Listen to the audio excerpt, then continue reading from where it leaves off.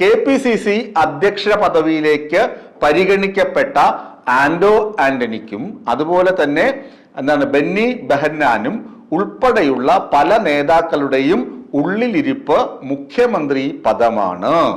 അങ്ങനെ വന്നാൽ K C വേണുഗോപാലിന് അയാളുടെ ഉള്ളിലിരിപ്പ് നടക്കുകയില്ല.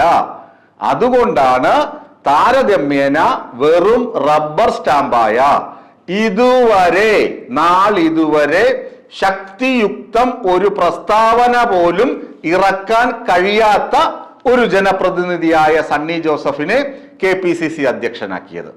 നാളിതുവരെ ഒരു ശക്തിയുക്തമായ പ്രസ്താവന എന്നൊക്കെ ഞാൻ വിളിച്ചു പറയുമ്പോൾ നിനക്കെന്ത് കോൺഗ്രസിനെ കുറിച്ച് അറിയാമെടാ എന്നൊക്കെ കോൺഗ്രസ് അണികൾക്ക് എന്നോട് കലിപ്പൊക്കെ തോന്നാം.